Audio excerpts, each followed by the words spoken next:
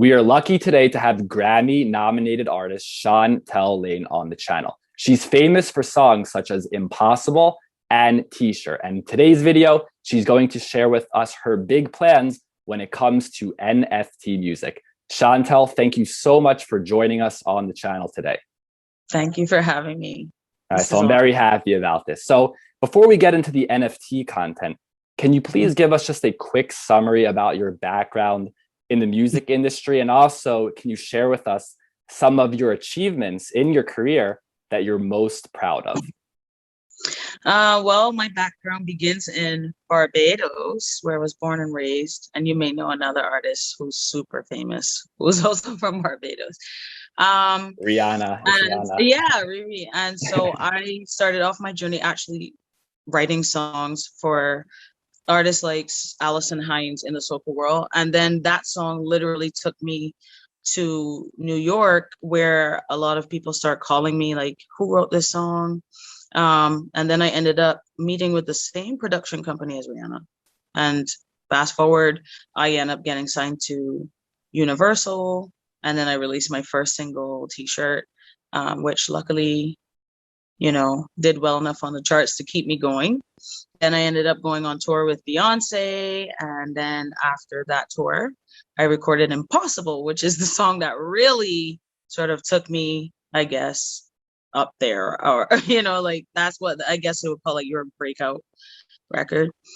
Yeah, so I've had the opportunity to work with amazing people like Bruno Mars and Rihanna and even like Sean Paul and Beanie Man, in my career. So it's been an amazing ride so far.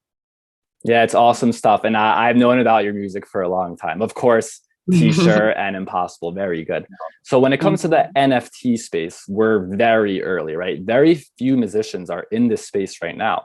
And you're getting into it now very early. What was it about NFTs that caught your attention, right? Why do you think they're so valuable? What benefit does it have to you as a creator? Well, how I first discovered NFTs was because I'm pretty much like, I like to call myself like a geek or a nerd. And I like anything that's in the tech space. I'm already paying attention anyway. So I heard about NFTs a while ago. But it was like, it seemed like what I was hearing about or learning about was more like in the art space. But then I started seeing bands like groups like Kings of Leon and Snoop Dogg into NFTs, and then it started to make me think, wait a minute though, like sure, an NFT can be viewed as like or traded in the sort of way like a piece of fine art might be auctioned at Sotheby's or something, and it made me think of what are all the ways that like artists can make this make sense, because at the end of the day we're trying to take back ownership. So even if, let's say, you're already in a deal, with a major label and they already have they basically own everything about you, this NFT thing can exist out of that space. So you still have the ability to go create something, mint it as an NFT and put it up for auction, like direct to consumers, straight to your fans. And it's something that you own, and that every future sale you'll make in perpetuity, just like your royalties if you're a songwriter or producer or something. So it made me think, like, if I look at an NFT like merch, then there can be a way that this can be used to like engage fans, but also give them something really special back, because once they own it, they own like a one of one. It's like having a rare Pokemon card or like a baseball card or something, So anyone that's into collectibles, that's like NFTs is totally for you. Yeah, exactly. And you mentioned about, kind of taking the power back directly to consumer.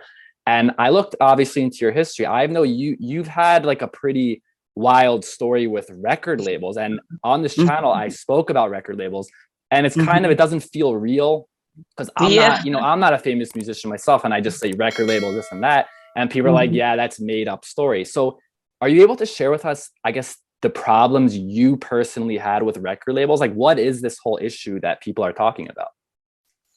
I guess I'm gonna just say it. Like, honestly, the average record, like major recording deal, it's almost like a slave contract because yes, I understand that they are gonna invest a lot of money to move you forward that perhaps you wouldn't have been able to find on your own, like find that funding for your project.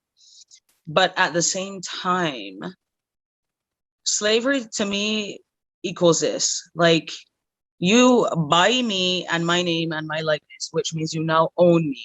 And then I have to do whatever you say, and I can't do anything other than whatever you say, I can't do anything without your permission. And then I do a bunch of hard work and you make the majority of the money and I basically get scraps. Right. And that's how a lot of record deals are set up, because honestly, they'll sign you like the split can go as ridiculous as like 80, 20, 80%, 20%, meaning 80% is going to the label. But you're Yeah. the artist and you're the one, you know what I mean? Like doing all the work and making all the music and going on tour and doing all this. Right. And I Hard work. believe on top of that, you were with different record labels, and then one of them I think you were with got shut down, and it's almost like they gave you away to another one. And it's just like, yeah, it was you kind crazy. of had no control over what you were going to do in your life. Yeah, because so it was like, even when I was on Motown and then Motown shut down, I still didn't have the option to say, okay, well, bye guys. It was just like, they still got to decide if they want to keep me or not. And then they were like, well, we're not letting you go. So we'll just let you be adopted by our sister republic. Yeah. It's crazy. But then when you get adopted, you're still like the adopted kid. So, the label is still going to be focused on their babies that they already have.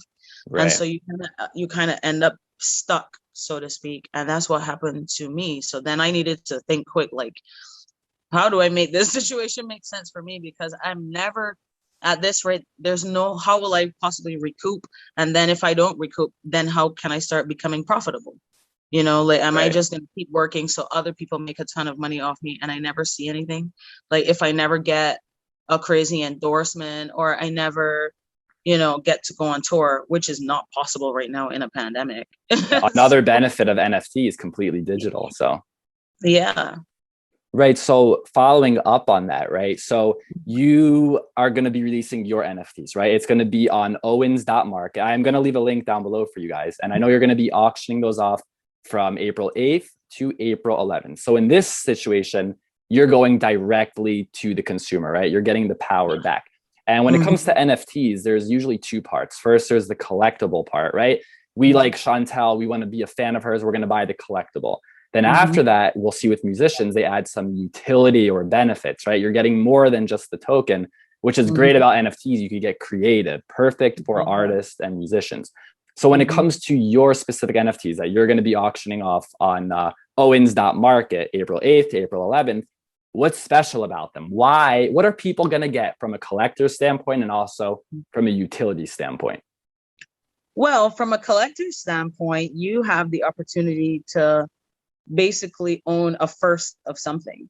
So we did a lot of research because we didn't want to look crazy, but there's literally no Black female artists who have ever put up an NFT for auction. So yeah, we realized, like, my team and I thought about it, and we're like, well, that there's value in that alone. And like, so if, for example, in basketball, like way back in the day, like before, like whoever the player is who did like the first jump shot ever or whatever, you know what I mean? Exactly. Like that would be like a really collectible moment on a card or something, so yeah, so just off of the strength of first Black female, this NFT also being attached to, like you said, 2021 and the craziness that is this entire year. It's just early in general. Like, people in 50 years are going to be like, that's a Shontelle NFT from 2021. Yeah. So it has some historical value and significance, but then also as a fan, you're getting a lot because I'm also offering things like being like getting a cameo in one of my, like in my next video. I'm offering things like unreleased merch that no one else has, that you'll be the only person who has this merch. You're gonna get like my new single House Party on vinyl, you know, so that's a really cool physical collector's item that you can put up on display and be the only person to have this.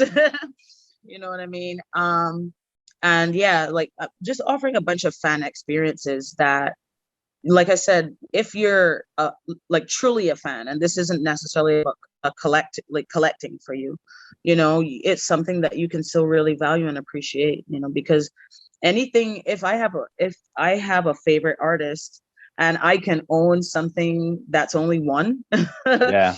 from this artist, then I'm gonna feel really, really special. And it is a way to engage directly with your fans and make them know that they are special to you. You know? Yeah, I think it's super cool. The one I always think about and talk about is the NFT that gives you access to kind of get on a song or be in the music video, which is what you're doing. I think that is the coolest thing. Like I already know, you know, everyone's going to be doing it. You know, Drake and everyone, eventually they're going to be like, whoever wins the NFT, you're going to be in my music video. Maybe you'll even get to rap in the video.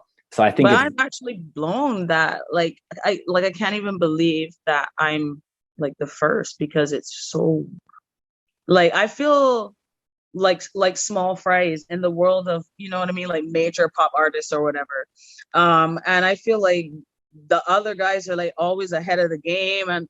But I guess the people who are focusing on NFTs are people like, if you're focusing on NFTs, it probably means that you had no choice, in the sense that if you're like busy being like super rich, doing whatever you already do, like you just may not be looking at anything else. You're like, yeah. Well, I'm gonna disagree with you there. Why? Single.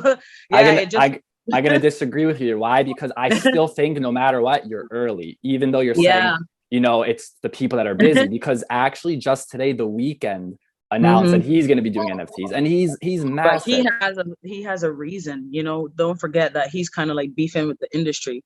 Oh, you know, okay. So it's a kind of a good way to like stick your middle finger to the man and say, you know what, if you guys are gonna play dirty like this, I'm taking power back too. You know what I mean? So I think that was part of like why he's making these moves, and he's also very smart.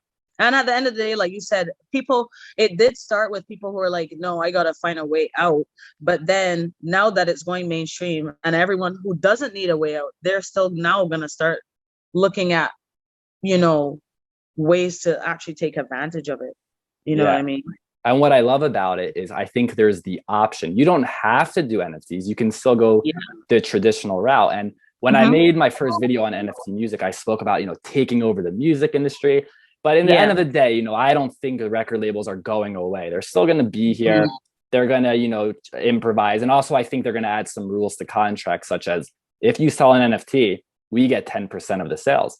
But I wanted to know, what your thoughts are about the future of the music industry in terms of the relationship between NFTs and the record labels. Yeah, okay. I'm so glad that you asked this question, because I actually touched on this. I did a special recently called like Queen of the Pen, where I just do like an interview series, you know, just giving people a catch up and how I got here, but based on like my song, right? And I mentioned the fact that I was telling everybody, like, listen, don't lag, like be ahead of the game, because these labels are really smart and you have to move now, because just like how the reason why they were folding in the first place is because there was nothing to do with streaming written into contracts yet.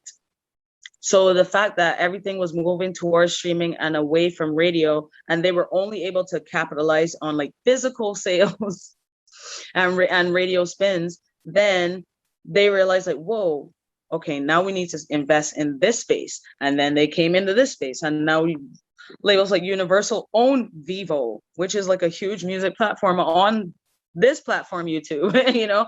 And then they started saying like, well, now we're gonna do deals with Spotify and Apple Music and whatever have you. So they're really smart, and they're never gonna let it go.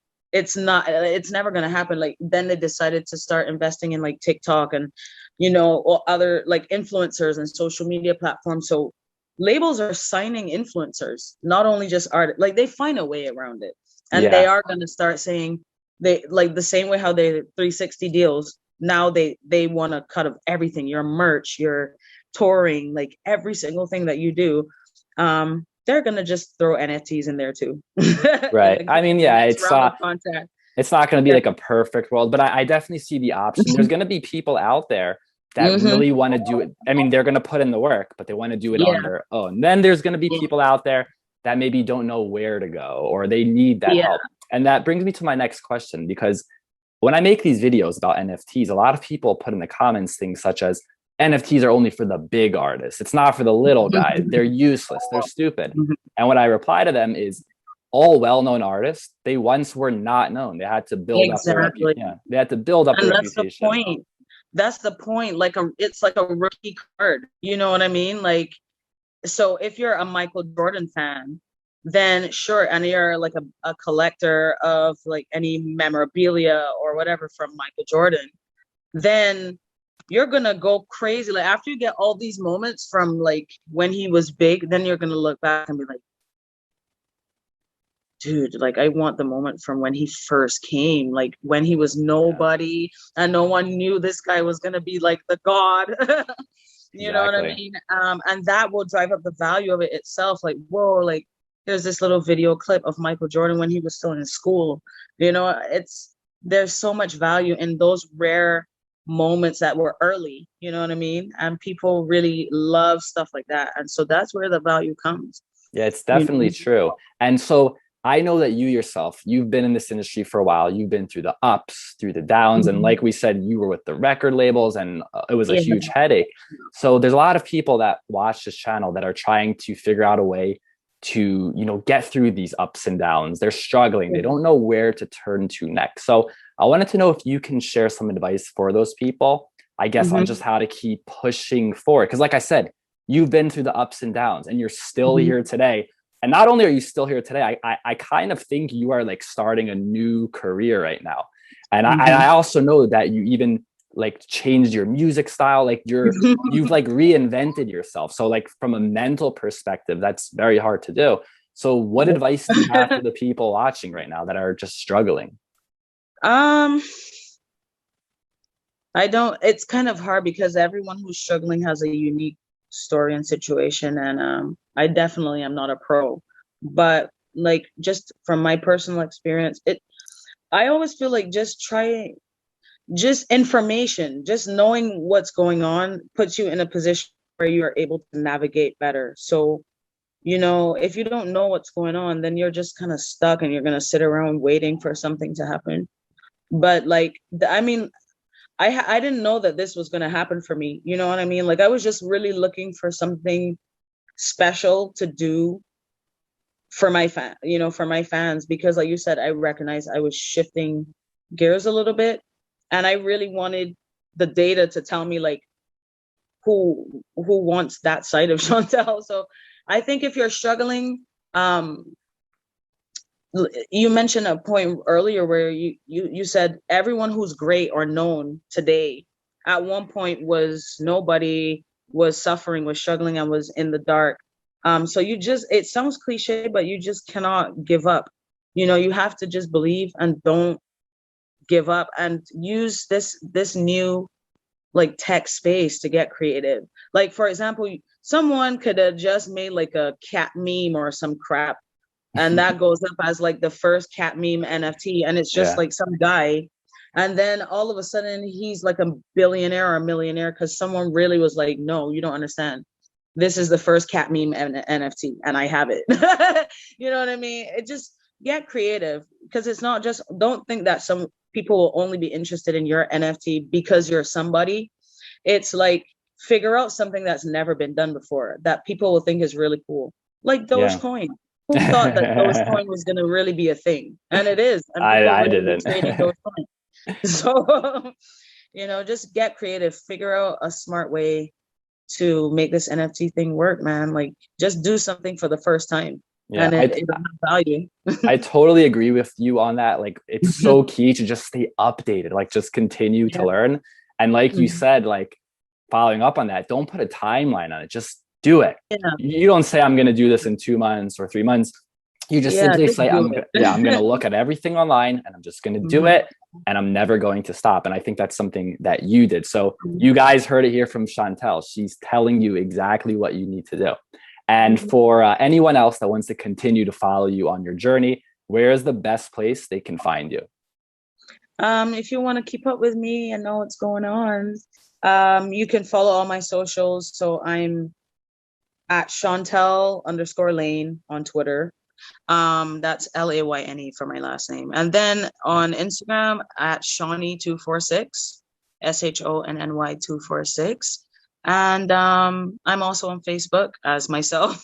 Yeah. So you can find me on all the major socials. And that's probably the best way to keep up with me. I also have a YouTube channel and I'm going to start uploading a lot more stuff on here too. Yeah, I'm going to leave links down below for all of your socials. And you have, I think, almost like 500,000 subscribers on your YouTube. So you have an audience there already. So I think you just start posting and people. I actually think I'm insane. I recognized that the other day. I was telling my team, like, what are we doing? Like, I have like 500,000 people on YouTube just waiting.